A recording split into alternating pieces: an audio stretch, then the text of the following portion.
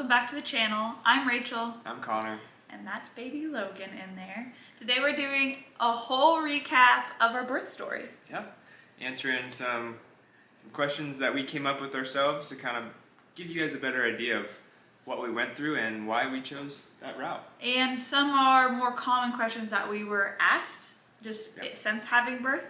If you didn't already see it, we did do a short form video. It was like 4 minutes long right after Logan was born, and we will link that down below. Yep. But it's just music and shows some clips and really cool. This will be more of the in-depth version. If you're new to our channel, make sure to hit that subscribe button to follow along with our journey and watch our family grow. Now let's get into the video.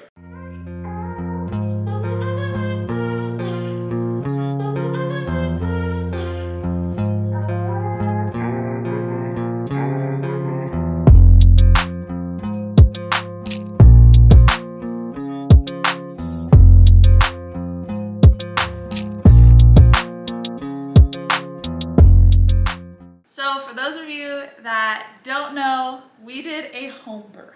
Yeah. So we had our baby in our home, and so with that, we actually decided to go with a midwifery practice. Yes. I think just to put it out there, we always knew that we were wanting to do a home birth. Yes. Particularly a water birth. Like that was what we, I mean, when we met, that's what I wanted. Like I knew that. My mom is a badass. She did all 3 of her kids natural births in the hospital, and I always thought, if my mom can do it, I can do it. And so I felt that I could do a natural childbirth. And so when I started understanding and researching more, I really felt connected to like being able to labor at home and feel comfortable in my space. And so when we found out we were pregnant, it was like, let's go check out a couple midwifery practices. And there's a couple in town. We fell in love with one and honestly never looked back. It was a birth center, so there's 5 midwives on the team, and we went through all of them throughout all of our appointments. So whoever was at our birth and was gonna come to the birth, we knew them. We knew them all so well, and they were hour-long appointments for all our prenatals. So I really felt it was what was right. And I want to preference right there that we were hesitant about sharing some of our birth journey during it all, because when we told people we were doing a home birth, we often did get that. We got some flack. We got some, are you sure?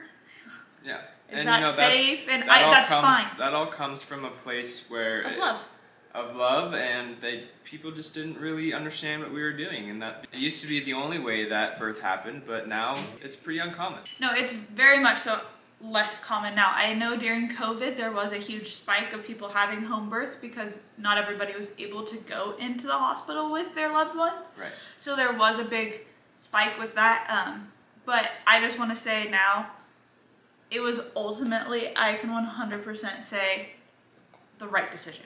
100%. Like, I 100%. Know multiple women that don't have the best birthing experience, and my heart goes out to them. And I'm one of those that can just say that, like, it was amazing. It was incredible. And one of the common things that we saw, because we were on the younger end and we were doing it for our first child, what we typically saw at the birth center with clients coming in and out the door was it was their second child, because their first child they had maybe a traumatic experience in the hospital, and they wanted to seek out a different way of going about it. So everything overall was amazing. Amazing, beautiful. We're just overjoyed with all of it. Pause. Dogs, they run the household still. So let's get into it. Yeah. November 20th, 2022 was our due date, and we were informed from our midwives, especially with your first child, that babies usually come between 40 weeks and 5 days and 41 weeks and 3 days. Correct. So like, we knew most likely wasn't gonna be November 20th. Wasn't gonna be that. So we had a little competition with the family. That was kind of fun. Yeah, we had everybody guess birth weight and dates. So Logan, just so we know, and we'll get into this, but she was actually born on November 25th in the evening at 4:11 p.m. Yep. So going into all this, I was walking every day, 2 miles. I was going to the chiropractor at that point once or twice a week, just to make sure my pelvis was aligned. Yeah. So that she could come down the birth canal. Help with labor. And help with labor and be in my optimal self. So on Wednesday, so 40 weeks was a Sunday, that following Wednesday, I had been having some contractions throughout the week, I would say. More or less, just some. Random, nothing timed. We had a few times that it was like, hey, maybe we should time these. Nothing consistent. And then we went to bed on that evening, right before Thanksgiving. And I woke up at like 10:30ish and went to the bathroom. And I came back and I was like, huh, something felt weird. I'm gonna lay down, I'm gonna get up again. And I felt it again, and it was my water breaking. Yeah. So it wasn't like what you see in movies, like the whole gush. But I did run to all places. I ran to our shower because some things like, again, none of this is medical advice, it's just our story and what we were told from our midwives and what we should do in these situations. So don't take it as medical advice. Don't take it as medical advice. Go to your doctor, ask your care provider. But I went to our shower and I knew to want to do that because you're supposed to like look for scent, colors. So, because if there was meconium, which is stool, in my water breaking, it would have been a transfer to the hospital immediately, just for baby safety and my safety. I got in the shower and I said, Connor, I think my water broke, and he comes running in, of course, and he's like, yeah, I think your water broke, and my midwife team, we gave them a call, and they said, okay, and we were just told to go back to bed. Yeah. So we got told to go back to bed. Contractions didn't start until about 1 a.m. They were strong, but I was able to breathe through them. Yeah. So she wasn't vocal. I wasn't vocal. I was able to breathe through them. She just kind of went silent and went into... I just would go in my zone. Yeah. And so about 3 a.m., Connor was tracking them, and they were getting significantly closer. Yep. And so when we were in that range of like, hey, I think we should call our doula, we had been in contact with our midwives this whole time. We had our doula come over, and she, helped, and we kind of just labored for a while, and they kept getting significantly textbook closer. Yeah, it went from 511 to 311. And so she's like, okay, we need to call the midwife. So again, this was around 4 a.m. that our doula came, and around 11 a.m., 10, 11, she showed up, and we did a cervical check. I wasn't dilating. At all. You'd been laboring for around 8 hours. And I was 1 centimeter dilated. So that was pretty defeating. I was super defeated. I was like, what the heck? Yeah. It was because Logan's head wasn't in the optimal position to put pressure on my cervix to create the dilation. So instead of it being the top of the head, her head was kind of turned and bent, crooked. So it was the side. So it wasn't getting optimal pressure. So that happened. Yeah. And I was pretty defeated, and we had a couple of choices at that point. But the main one that we decided to do was they gave me an injection to basically help me sleep and to slow the labor down.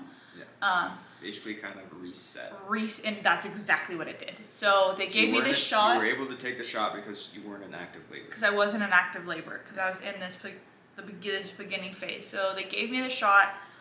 I fell asleep within minutes. Yeah. Connor said they came to check mine and the baby's heart rate and fetal tones, and both had like dropped significantly. Back to like what mine is. So I slept and I slept and I slept. Most people it not like gets them to sleep for 4 or 5 hours. I slept 4 or 5 hours, and I was groggy in and out of it when I woke up, so I kept sleeping. This was all of Thanksgiving Day, so we missed everything Thanksgiving Day, and it was a blur to me, to my mom, and to Connor. It was, kind of intense. So when I came to, I was actually laying right here on this couch, came to of the evening, and it's like, okay, I was hungry and I wanted to go back to bed. So I ate and went back to bed. So this time I went to bed in our room, and just like the day before, around 1 a.m., I woke up in completely different labor. Completely different. Yep. She was making noises that I hadn't heard before. It was just completely different from the night before, where we said that she could breathe through it and it was pretty quiet. This one she was making tones and sounds that I knew something was different.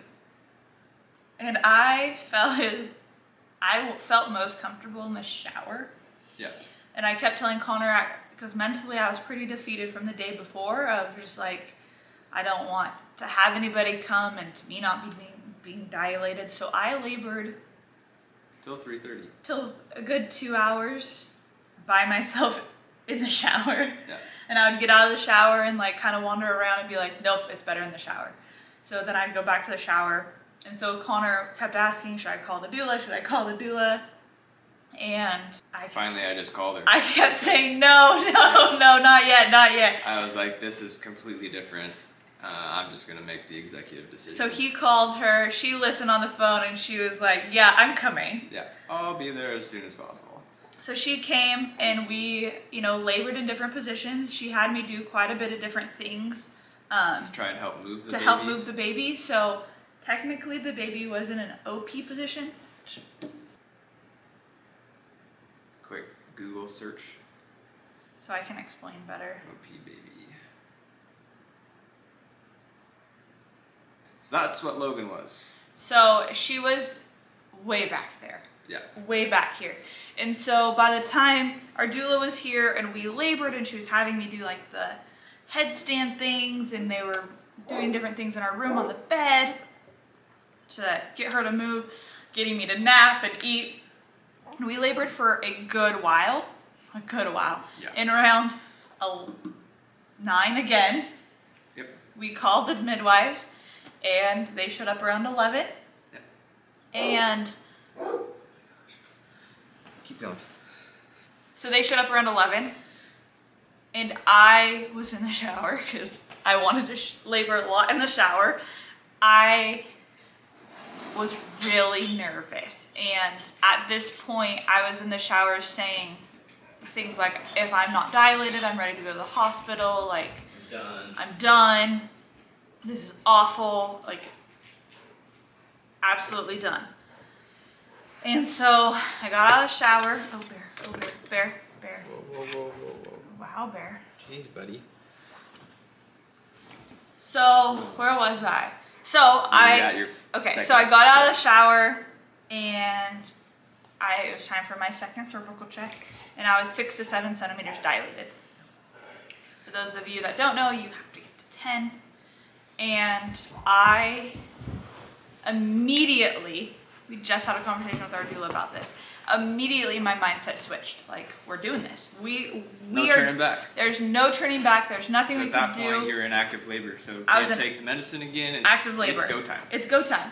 And after that point, and after I knew, I was ready. I was doing the thing. My body was doing it. Yeah. And at that point, we just labored around the house, all in rotation of getting back into the shower, because again, that was my secret sauce. I loved the shower. The shower was a godsend. And when I finally was in transition, which is when you're going from all of this active labor to where you're going to start pushing, yeah, I was in the shower. And meanwhile, while she was in the shower, Sherry and I were filling up the tub. Because we filled up the tub prior, and it wasn't warm enough, so we had to boil pots of water. Get it warm. Put the hot pots of water in. Take cold water out. Put hot water in. And we had to do that until it reached 98 to 100 degrees. So while they were doing that, I was in the shower, and after just recently talking with our doula again, just going over it all, I was fully in transition, which is like the peak of your pain as far as contractions. Yep. And just super intense. They're close together, and I was just in the shower, like I would like to say, handle them like a champ. Like I knew time was coming. We were doing the thing. Like, it was moving along. Yep. And so when finally I tried to bear it down, so pushing, our doula was like, okay, I think it's time to get in the pool.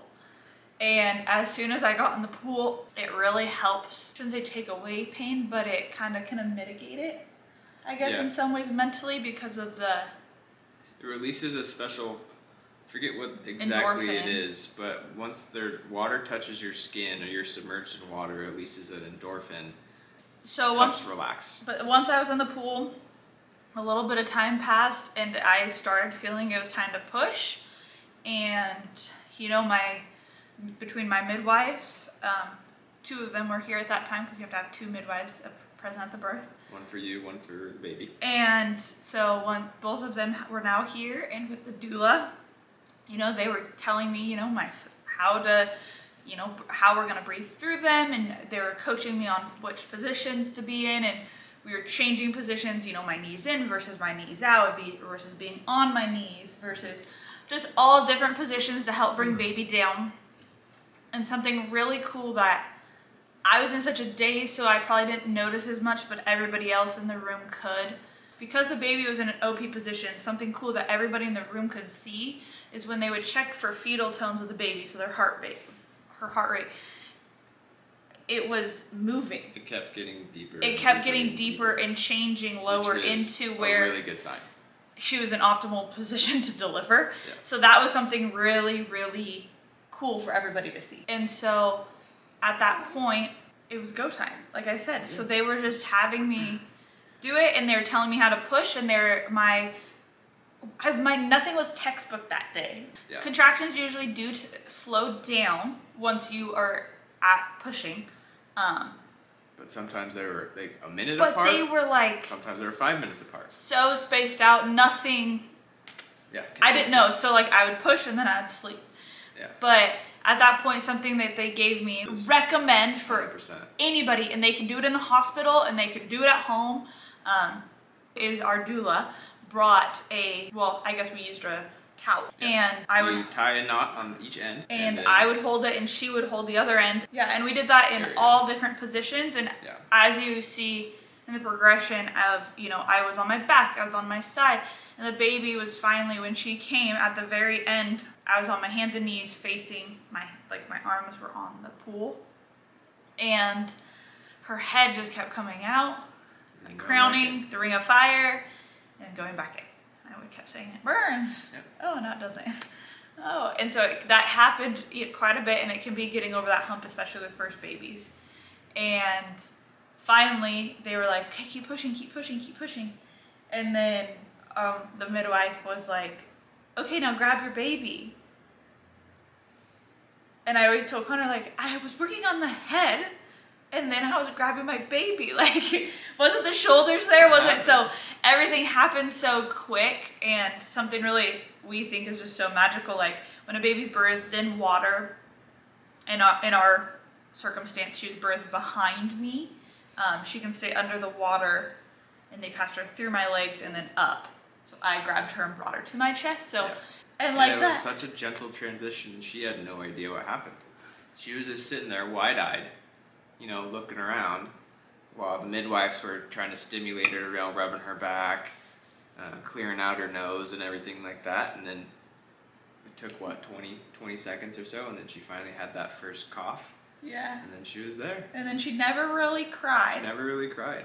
Something that we had gone over multiple times was, you know, the whole progression of labor and delivery and all of it, and that is from when it starts all the way to when your placenta is delivered, but honestly past that, because you can hemorrhage for a long time as the mom, or the woman giving birth. Where you go? Okay. So Logan was here. We chose to do delayed cord clamping. I'm not going to go into details about that, but I do, if you have no idea what I'm talking about, look into it. Incredible. I felt that urge more or less at that 30-minute mark, and so it was time to have that move along.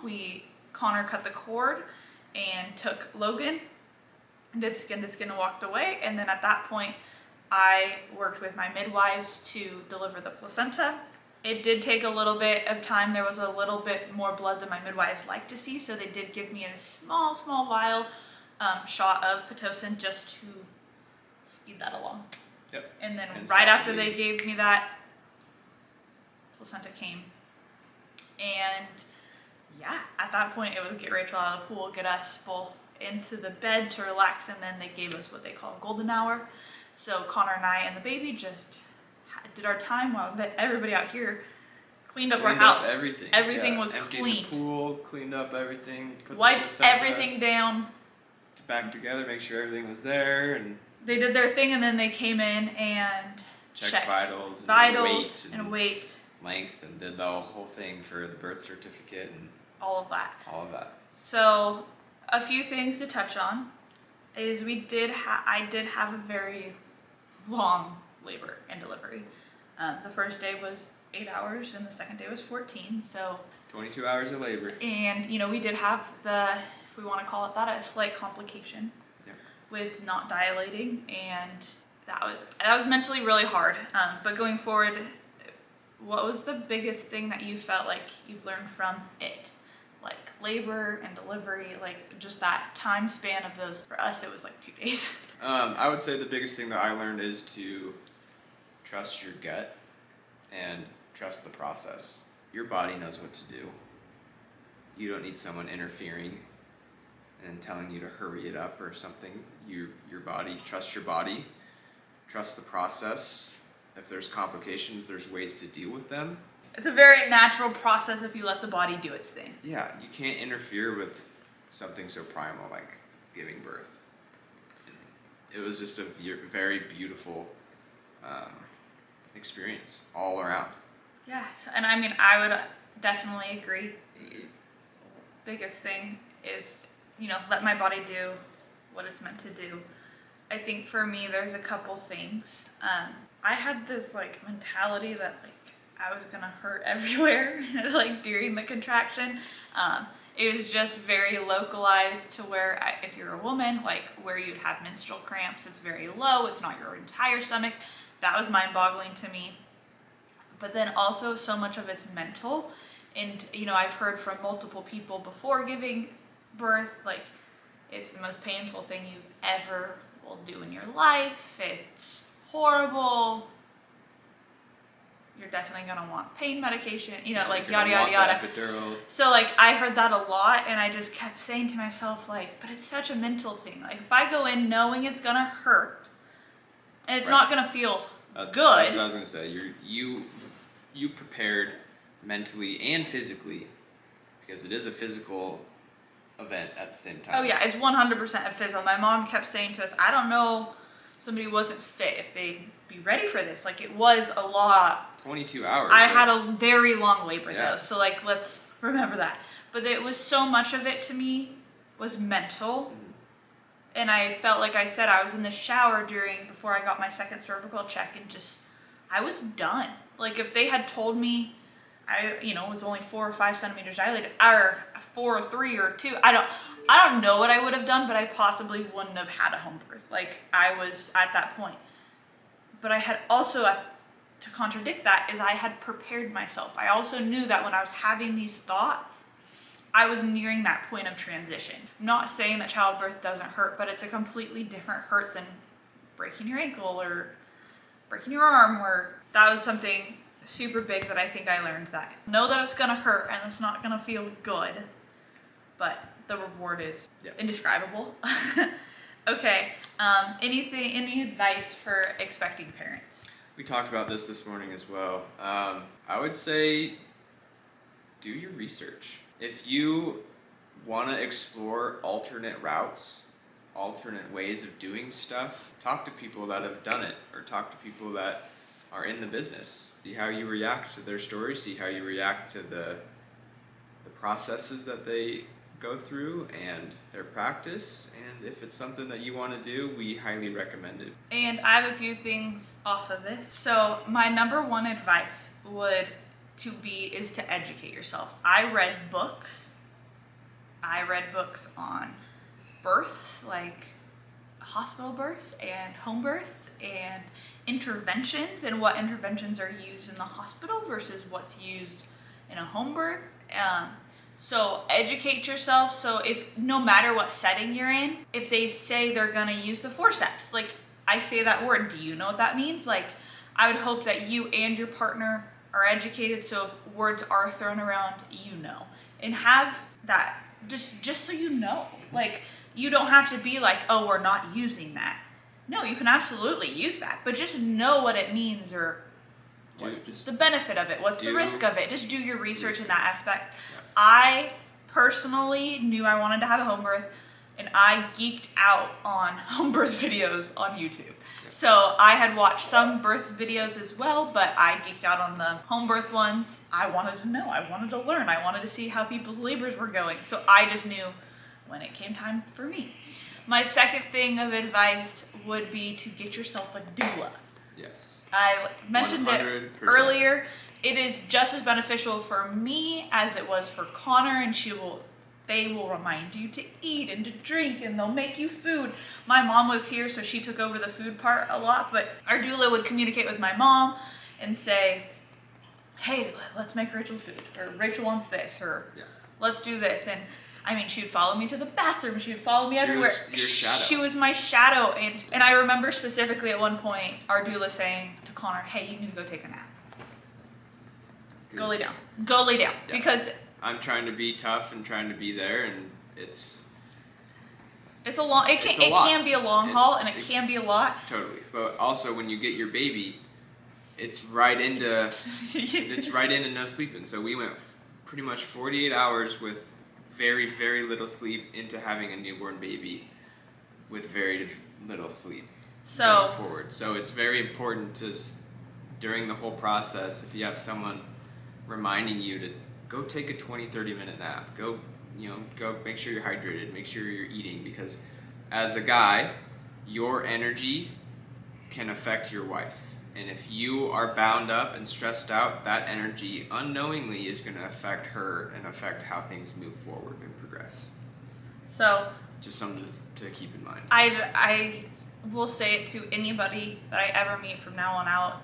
When we're ready to have another, I will get a doula. I will literally call on the phone to our doulas and say, we're pregnant. Like, this is the date. Like, you better be free. Yeah. Don't think I'd ever do it without them. I would also say a piece of advice: in your doula, if you go the home birth route and you have a doula, they'll most likely tell you this. But if not, make sure you have a plan in case you do transfer. You write everything down, because you're not going to want to be coming up with these answers and answering these questions when you're in the heat of the moment. Yeah, and you can just do a simple Google search on that. I mean, even if you are having a hospital birth too, you can have preferences. Things you want to do, things you don't want to do. Absolutely. And one big thing is early on at my 20-week ultrasound, we were told that I had placenta previa, and that meant cesarean. We can dive into that a little bit. What is placenta previa? So basically, my placenta was covering a part of my cervix. So I wouldn't have been able to naturally deliver the baby. My placenta was blocking. As you get bigger and you grow, it moves up because of where it's connected. Very high chance of it moving. But we did have a big 2-month time span there of not knowing. Yeah. And that was hard. Going from wanting to do a natural home birth to a cesarean. Full on cesarean. But I had wrapped my head around the idea and understood that I could still, I could still have my preferences. I could still do delayed cord clamping. I could still do X, Y, and Z in certain things. And, I knew that because I had started researching that as a just in case. So when my doulas came over and said, hey, in case we need to transfer, have a piece of paper somewhere that has your preferences that we can hand over. And, not all of them might happen exactly how you want, but at least it's acknowledged, and Connor has that to reference. And personally, I didn't want to have just all my trust in my providers of that they're making the best call. I wanted to know that we're making the best call. Yeah. Lastly, we both have shared that we loved our birth. I believe that it was beautiful, and it's amazing. pain is only for this much of it when looking back. I think I said to Connor less than a week after, like, I'd do that again. Like, to me, I don't know if I have a high pain tolerance, but it was beautiful. We loved it. And so how has her life changed post-baby? Well, this little girl runs the roost now.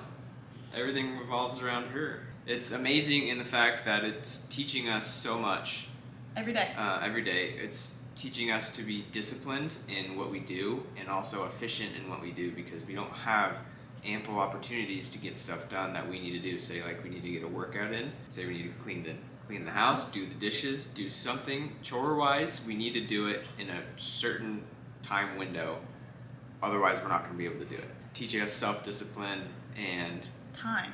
Also communication, time management, all the good things. I mean, so much of that. And I also just think it puts this new perspective on time and how fast time goes. And it's an indescribable love.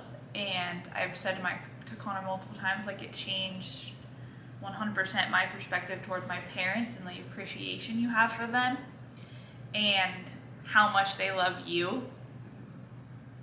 I'm getting choked up because I love her so much, and it's truly indescribable. Like, I always say to Connor, I'm home with her.